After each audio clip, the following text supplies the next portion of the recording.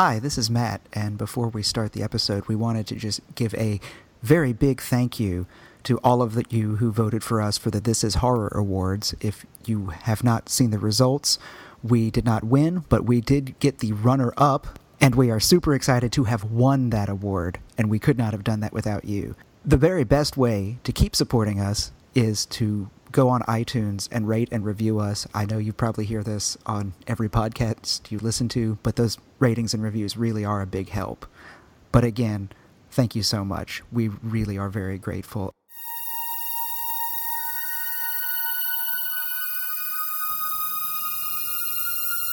A siren blaring a warning, giving residents just minutes to find shelter before the contrails of missiles streak across the sky, ending in mushroom clouds and fallout. For anyone born in the 1980s and later, this is the stuff of childhood, or even legend. But for baby boomers and their parents, this was a grim, terrifying possibility.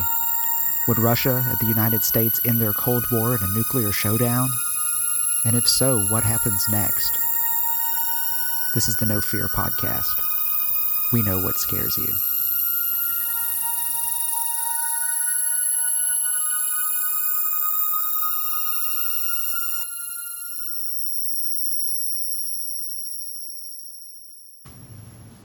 Hi, I'm Matt. I'm Mel. I'm Lisa, and this is the No Fear Cast, the podcast where we dissect horror and all the things that scare us. This is episode 18, our second episode in our series surrounding the apocalypse. If you haven't already listened to our last episode, it may help to go back and start there, as it offers a brief history of the apocalypse, at least as it appears in fiction. So, Matt, as you were reading that introduction, I was thinking about how much anxiety I have had doing research for this episode series, because all of this talk of the apocalypse and nuclear holocaust and post-apocalyptic lands has just caused my anxiety levels to rise, honestly, to a level that has surprised me.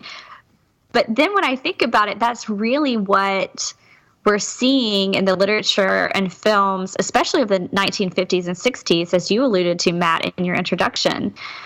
This was kind of an ongoing reality for people living in that time period because they didn't know what was happening on a global scale. And I think you see that reflected in some of the novels that were published in the time, is just this absolute anxiety of what could possibly happen if things in the Cold War didn't go as well as they ended up going.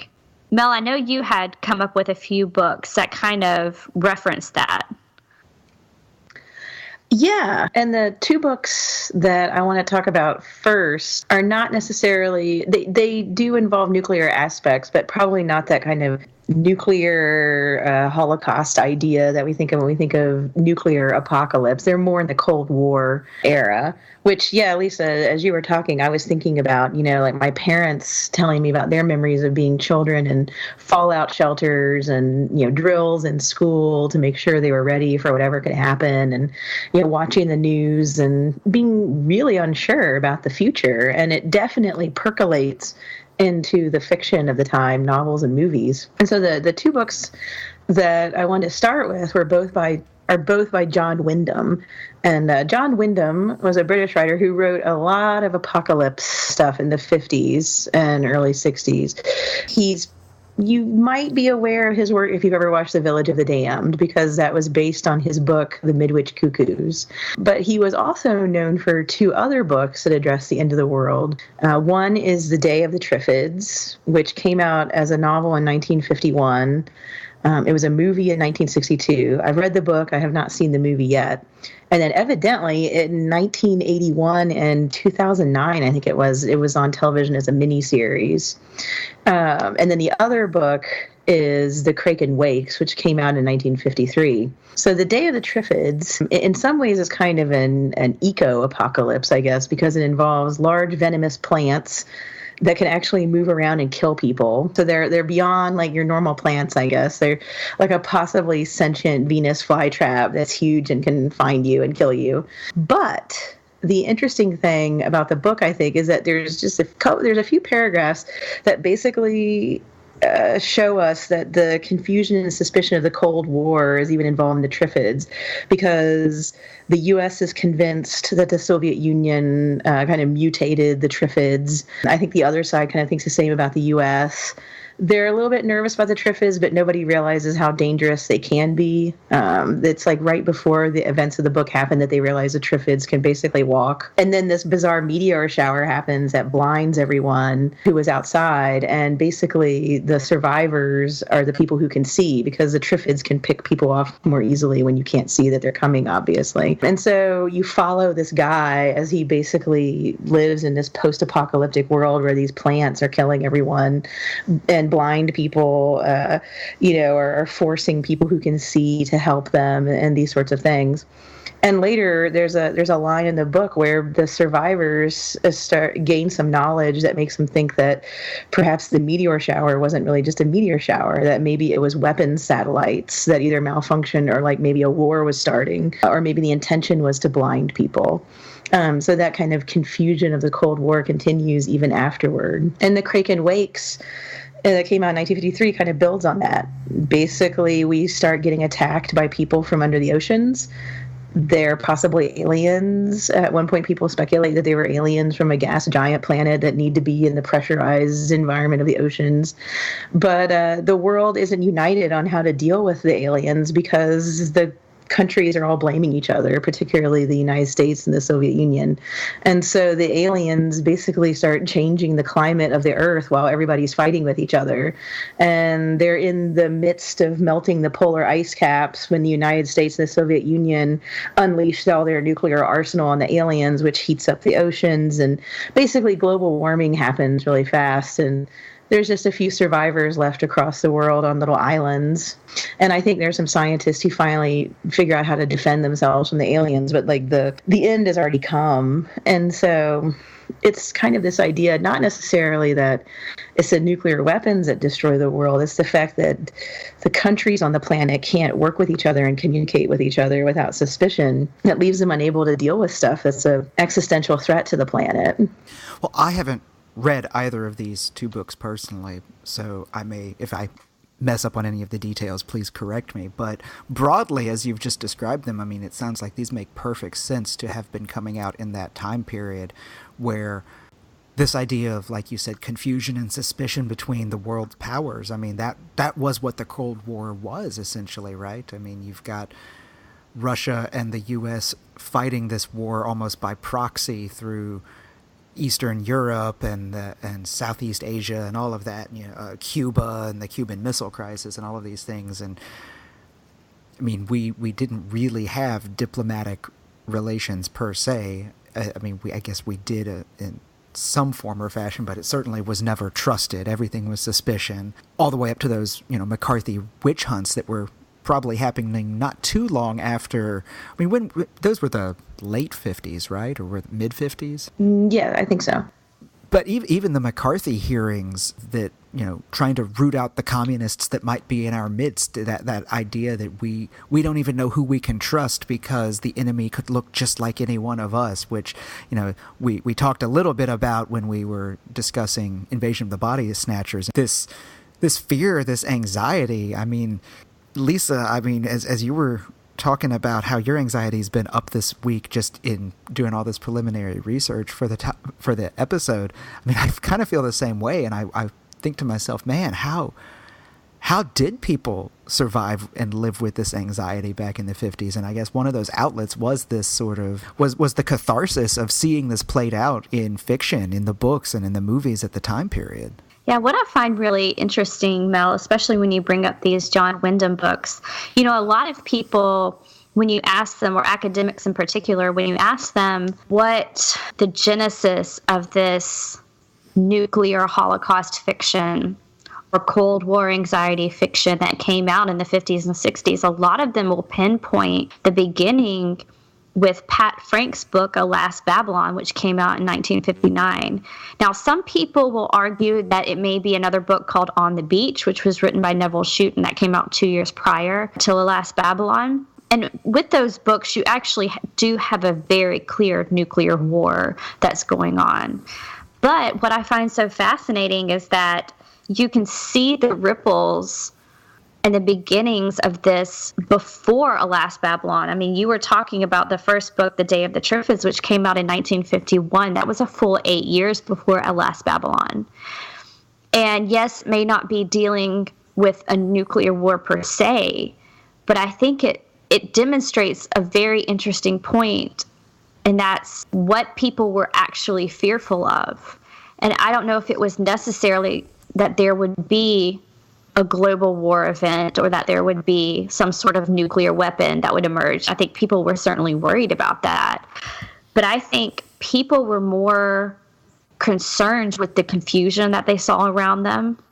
I think people were concerned with the fact that we just were fighting with so many different people and we could not get along, and just the general anxiety and hysteria that permeated everyday life. Matt, you mentioned the McCarthy trials. And I think that embodies it more than, I don't think people were necessarily walking around afraid, oh, the nuclear bomb is going to drop on me at any moment. I think it was just more of everybody was walking around in a general, maybe heightened anxiety and worry of where is this all going to lead if we can't learn to get along, if we can't trust the people around us, if we can't, as you said, if people are walking around that look like us but don't think like us, who can we trust? And I think that was really what was at the center of people's fears. Oh, yeah. I mean, that the fear, I think, of communists among us or spies among us or people who look like us but really aren't us was really big. And I mean, now we look back on the 50s and we think of them as this golden age where everything was tranquil. But there was a lot of repression and people trying to figure out what is quote unquote normal.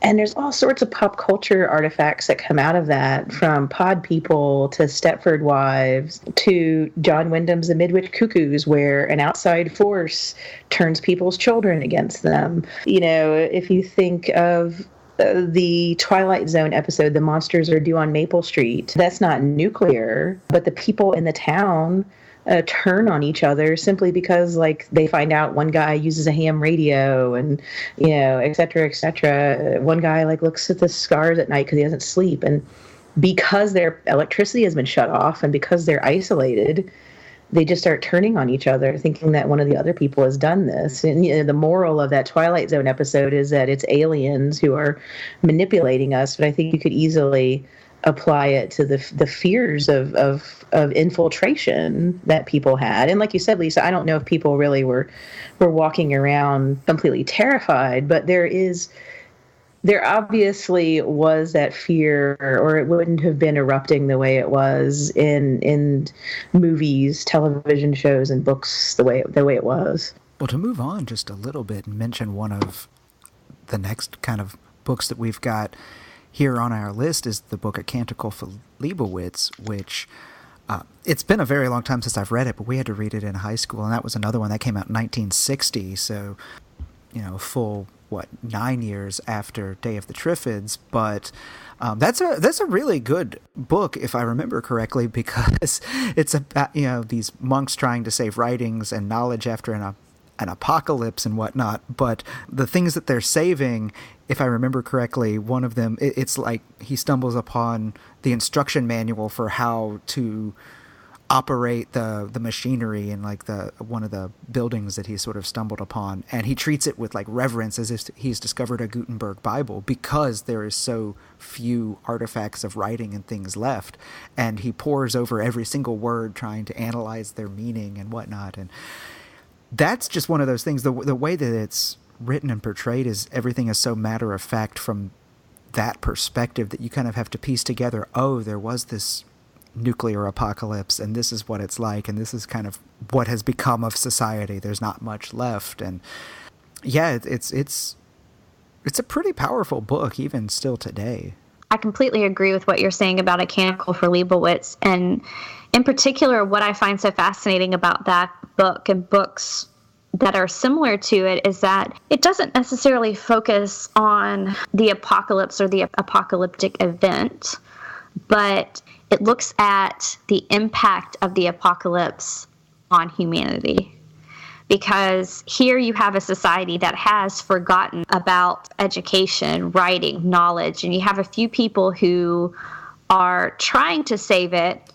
And it is almost presented, if I remember right, and Matt, maybe you can correct me on this because it's been a long time since I've read it as well, but it almost comes across as humorous, almost like a fighting windmills kind of idea of trying to save these writings. And that's a very different tone from what you get in like On the Beach or Last Babylon. But even in those, both of those books narrow it down from like a world event to what's happening specifically to a small group of people. And you see how they react differently to what's happening to them. And that's where I start to find this fiction takes on a really nice narrative arc. Because I'm much more interested as a reader in how humanity reacts to the apocalypse than I am in how the world is going to end. Well, I think most people are probably that way to some degree because, I mean, we keep talking about the apocalypse. I mean, as the subject of this series that we're doing currently.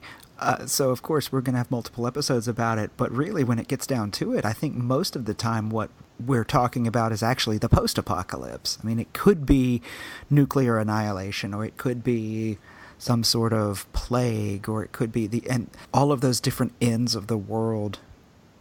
Like when we're talking about them in fiction and movies, most of the time, more often than not, it's how people have reacted to this change, right? This abrupt and sudden collapse of society. So I think you're right there.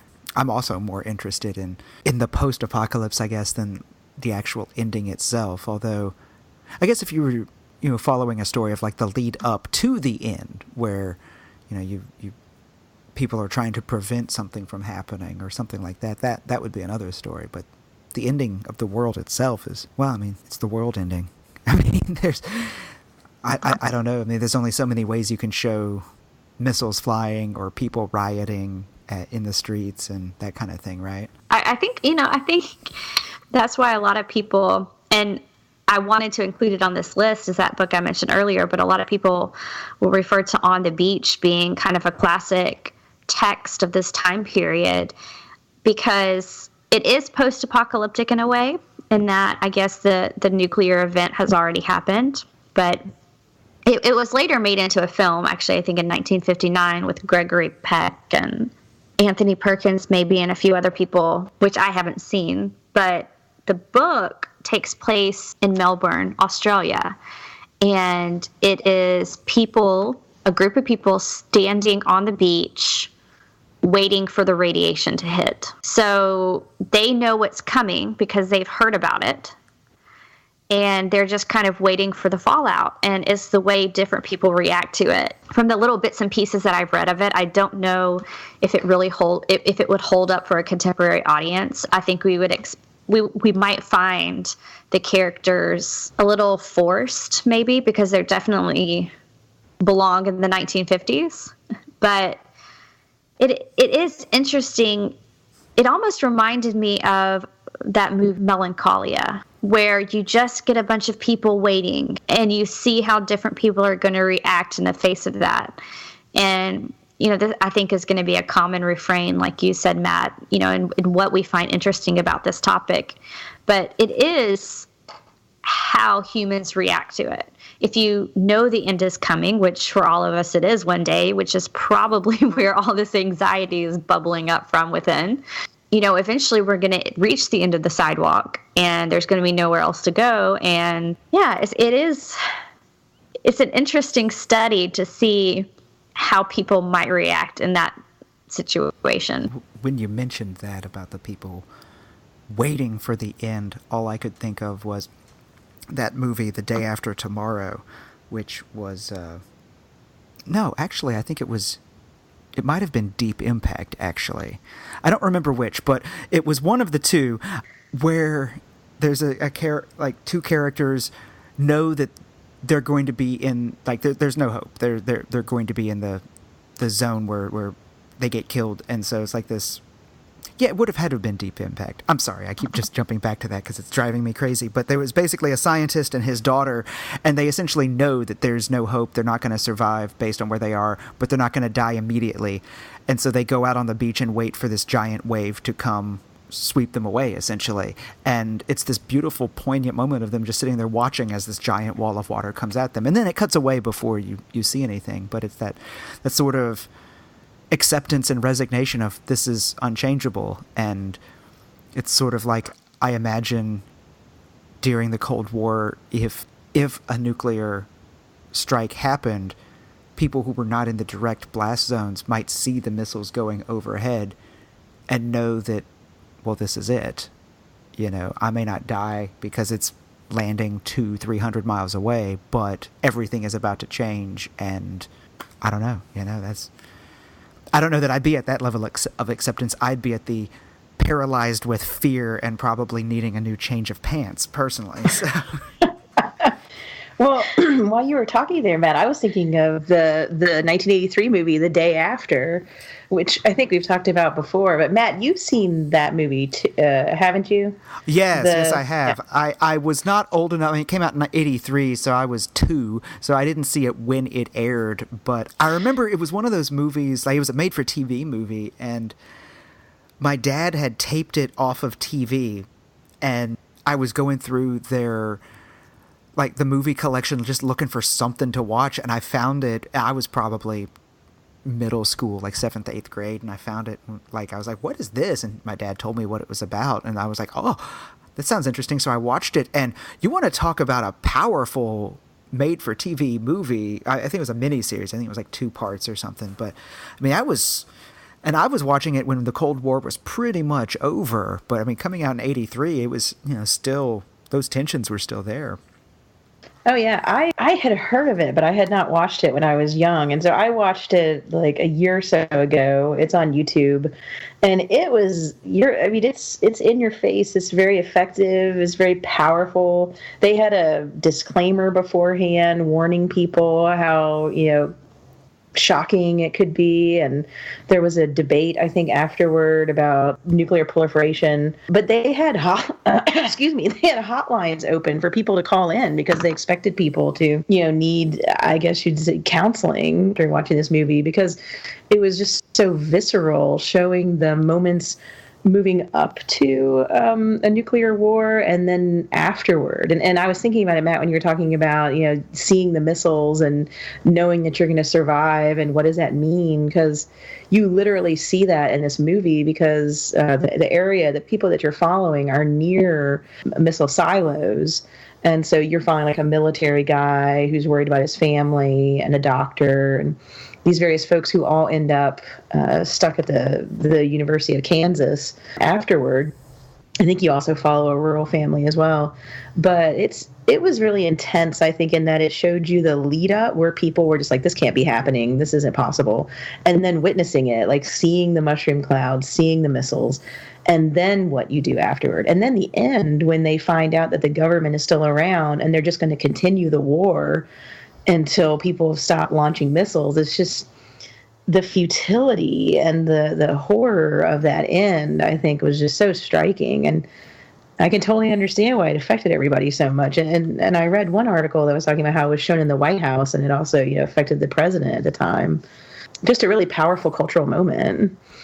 Well, if I'm being honest, as I was talking about that, I was kind of picturing that scene from The Day After where you've got, I don't remember who it was, but somebody watching the missiles coming in from outside of one of the major cities, and you see the mushroom cloud from far off, but then you also, because like you said, they're near that nuclear silo or the missile silo, they watch the counterstrike from us get launched, because I believe it was Russia that launched first, right, in the movie. Yeah, I think so, yeah. And so then they see our missiles flying back, and that was almost exactly what I was picturing as I was talking about watching with that sense of futility. Man, I mean, we've talked like not on this podcast before about that hotline that they had open after the day after aired, and I kind of wish that they'd kept it open like permanently because I would have called in the 90s when I watched this movie. I mean, it's not an easy movie to watch even now. I mean, you know, this is 2017 and there's still tension with North Korea in particular and Iran. And, you know, I often wonder right now how people younger than me are viewing those sorts of nuclear tensions. People who did not grow up with that Cold War mentality and whatnot. Like, I mean, growing up in the 80s, I never personally felt like, oh, it's all going to end. But I remember my parents talking about how they had that fear growing up with the bomb drills and that sort of stuff. And so I was at least aware that this was something just a generation back that was a real fear. And then, you know, watching the communism fall as a, you know, pre-adolescent kind of put an end to the Cold War for us. So, I mean, I wonder how kids these days think about the possibility of this, because it could still happen. I don't know that it's quite as bad as it was, say, during the Cuban Missile Crisis, but I don't know. Well, I think it is something that is almost a generational cycle that occurs over and over again because, you know, as we talked about at the beginning of the episode, it's not always just about the fears of a nuclear war, or it's not always just about Cold War tensions or worrying about Russia or China, or now worrying about North Korea or what's going on in Iran or the Middle East, or it's almost something that is set apart from the actual details of the political situation of the day, and more of just the idea that things are so shaky, really, when you look at, for instance, our government or our relations with other countries' governments, because at any moment, any of these things that are just tensions between the two countries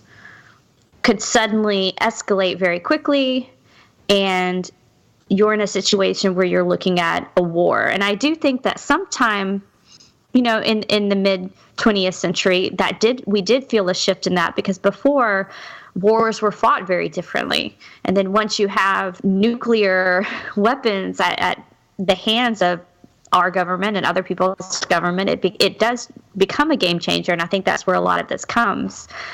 But that fear does not go away.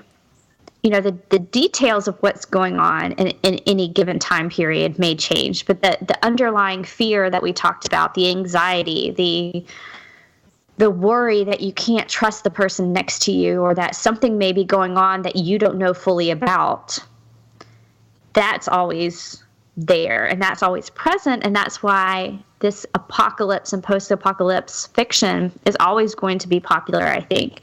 But one thing I find very interesting, and we kind of jumped forward to the 80s, because you do have a moment from like the 50s and early 60s of this type of fiction coming out and this type of film coming out, and then you do jump to like the 80s, and suddenly it's the same thing, just dressed up a little bit differently. But one thing that we jumped over was how in kind of the early to mid 60s, you have writers who are working with the same idea, but they're almost taking that melodrama, you know, that human drama that we were talking about that we find so fascinating, and they turn it on its head, and it becomes something that moves more towards the absurd or even towards satire. And a couple of those that we had put on our list were Kurt Vonnegut's Cat's Cradle, which came out in 1963, and Kubrick's Dr. Strangelove in 1964.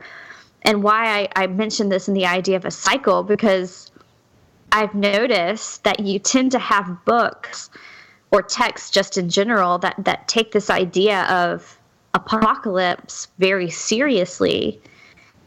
And it's almost like culture will entertain that idea for a while before we have to turn it into something a little bit ridiculous.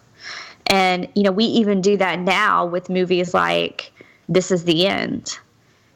You know, we can only take so much of the human drama of it and the intensity of it, and then we've got to do something slightly absurd. I don't know. Dr. Strangelove is kind of terrifying, even though it's a satire. I mean, it's basically making fun of the futile absurdity of a world where you're living on mutually assured destruction, right? Because you make a mistake or an error happens or anything, and it's the end. I mean, it's almost like laughing to keep from crying at that point. Yeah, I think you're absolutely right. But at the same time, even the performances that are given are so over the top that it's hard to take it seriously. Well, it's just such a good movie in general, and so many great, wonderful lines. But yeah, I don't know. I mean, there is that tension in it. I mean, I kind of agree with Mel, but you're right that it's very over the top, and that the humor and slight absurdity to it is, well, like I think you said, the absurdity of the movie almost mirrors the absurdity of the idea of mutually assured destruction. Like the reason that, and when you stop and think about it, the big reason why we didn't go launch our nukes was so that Russia wouldn't also launch theirs, and vice versa. Like the main reason that we avoided killing ourselves is not because we thought, self-interest, maybe humans shouldn't annihilate each other in such a fashion that we all die. But the real rationale was, well, if we kill them, then they'll kill us. Mutually assured destruction. Like, it really is an absurd principle. But, well, I mean, it kept us alive, so at least there's that, right? That's true. Though I think that absurdity infiltrated a lot of our fiction post-1945. I mean, if you're just thinking of postmodernism in general, it's like, Matt, I think you and I talked about apocalypse and modern literature. And so you have post-World War I reaction, this kind of horrible annihilation, war like we'd never seen before. And then you have the end of World War II, where we have atomic capability. And, I think books like Kurt Vonnegut's Cat's Cradle or Catch-22, they come out of that almost like the absurd horror, I guess, of our lives, fuel these texts that at their center have these really terrible, horrible traumas in them. But it's like, we can't make meaning out of anything anymore. So it just becomes nonsensical or over the top. I mean, I do think that there's a satire, there's a satirical aspect, there's an ironic aspect, there's a sarcastic aspect, but it's almost like it's the next level of losing meaning or the ability to understand the world. Like, this is the world that we live in. Remember that anxiety I was talking about at the beginning of the episode? Uh-oh. You're not helping me. Sorry about that. But no, I think you're right to that. I think that is almost the next logical step of, first we confront the idea of what we're doing and where that inevitably will lead if we don't change something. First, if you look at what we've talked about with, for instance, with the Wyndham novel, The Kraken Wakes, even then in 1953, we were aware that if aliens invaded, we probably wouldn't be able to handle it, or maybe you wouldn't even notice because we're so busy fighting with each other. So there's the problem kind of introduced. Then you have it moving, forward with like Alas, Babylon, and you have pretty much a straightforward apocalyptic novel where people are trying to come together as best they can. The end of the world is already here, and they're just trying to fight it off and survive at that point. And then you move beyond that to, well, now we recognize the problem, we recognize the world we live in, and it's so absurd that we can't possibly wrap our minds around it enough to come up with a logical solution. And I guess that's probably much, Mel, what you were talking about, much more well stated. But what I was kind of getting at is there's a natural cycle to these apocalypse trends in how people are working through it. And I don't know, maybe the end of it will be all of us just recognizing the truth of our situation and then slowly going mad because we can't understand it. So, at the risk of bringing us down even more, I thought we should probably mention Connie Willis's short story, A Letter from the Clearys, which came out in 1983. It was a Nebula award-winning story and very affecting, very powerful story. Basically, a family trying to survive a nuclear fallout. But the interesting thing of the story is that it's told from the point of view of the girl in the family who doesn't quite understand what's going on or why they're doing what they're doing. And so the story kind of follows her, and her memories and thinking about what what they're doing. And it's kind of toward the end of the story, you get a clearer picture as to what's going on. But it's a wonderful, poignant story because, as I think we were saying earlier, it's more about the aftermath than it is the actual moment of crisis. It's more just about, what will life look like afterward, and how will we keep moving on? And it's not as bleak as, say, an earlier work, Harlan Ellison's A Boy and His Dog, but it is definitely that kind of, what is the world going to be like after this kind of chaos breaks loose, or after something like this happens? Matt, I know you had mentioned in our discussion the movie Red Dawn. Do you want to talk a little bit about that? Well, yeah. The thing about Red Dawn is that it's not necessarily a post-apocalyptic movie by any stretch of the imagination. And of course, I should clarify, I'm not talking about the remake that came out a year or two ago. I haven't seen it. I don't intend to see it. Not interested. I'm talking about the one with Patrick Swayze and Charlie Sheen and all of its awesome 80s-ness. That one is not so much about an actual nuclear attack on the U.S. soil, but a Russian invasion of the U.S. soil. The Russians and Cubans coordinate and invade the U.S. I believe the movie takes place somewhere in the Midwest, and several young, high school teenagers leave, are able to flee outside of town and survive in the woods, and basically coordinate little mini attacks against the Russian occupying force. But one thing that does kind of go that gets overlooked, I think, in that movie is that nuclear weapons do get used against China.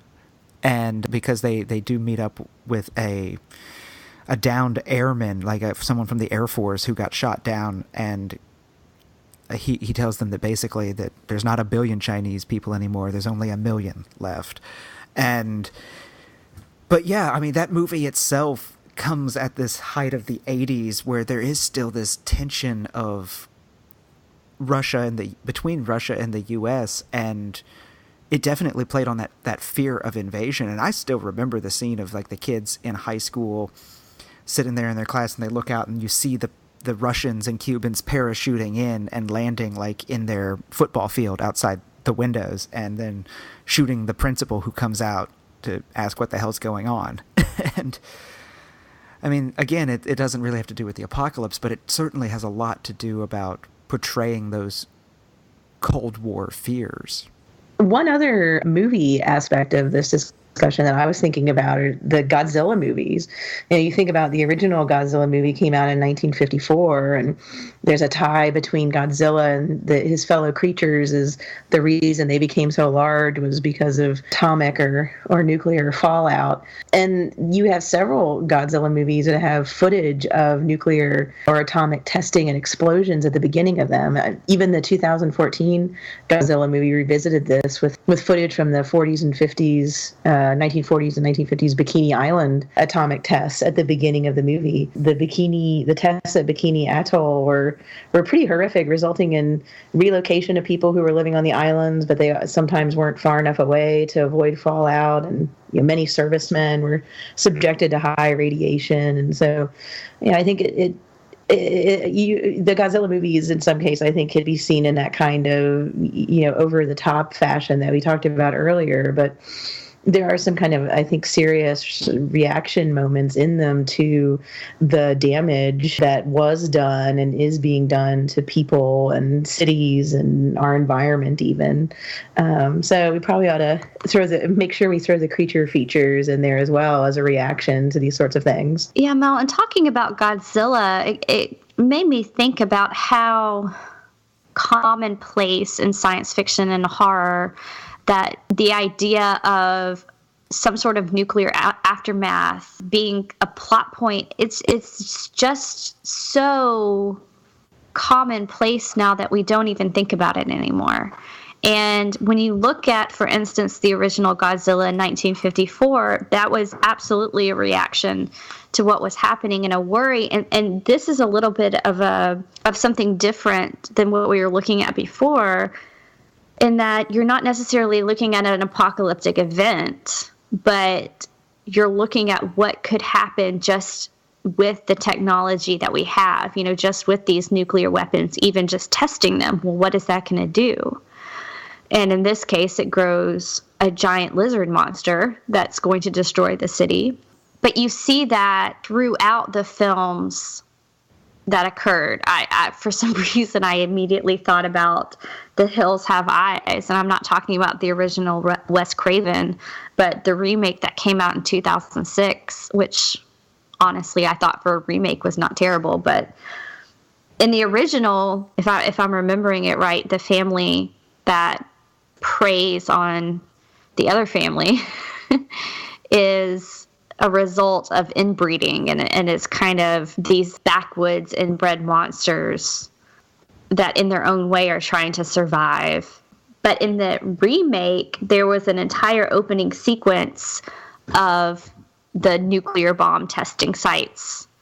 And it was the idea that people were living where they shouldn't have been living, and now they are disfigured and deformed because of the radiation that hit after the fact. And so we still are seeing that. In fact, we're seeing it so much it's almost become cliche to some degree to look at, oh, well, radiation grew this giant monster, or radiation turned this person into this deformed freak that's now going to prey on other people. But it is something that is still with us. And even the idea of the Cold War is having a moment today. I mean, we have movies like Trumbo. We have shows like The Americans, which, Matt, you mentioned the remake of Red Dawn, which did not fare so well. But then you have something like The Americans, which I think so well captures that moment in time of what was it like during the Cold War in the 1980s, and to be afraid that your neighbor might be a Russian spy. And so it's something that we're still fascinated with today, and it's something that's certainly having a moment in today's pop culture. I could really sit here and talk to you guys solely about The Americans probably for another hour, but this is not a podcast solely based on the show The Americans.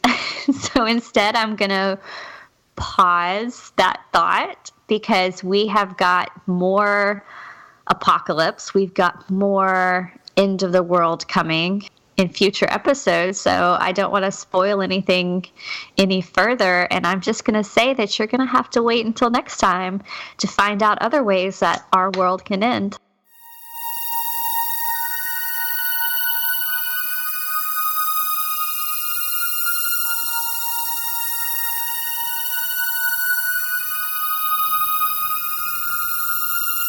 This is the No Fear Podcast. You can find us online at Twitter and Instagram at No Fear Cast. That's KNOW Fearcast. Or our website, nofearcast.com. If you want to contact us, send us an email to nofearcast@gmail.com.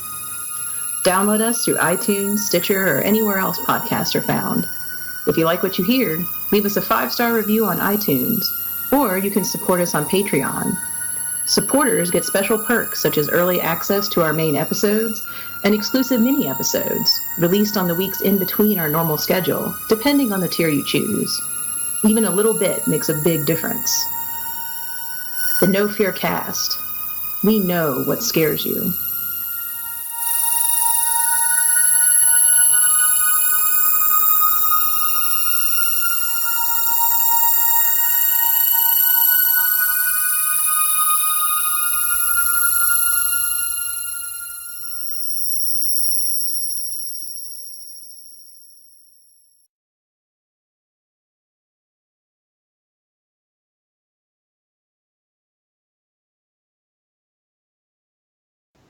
This is a personal project and not related to any academic institution. Or we could just go mad in the post-apocalyptic wasteland. That too. Something to look forward to.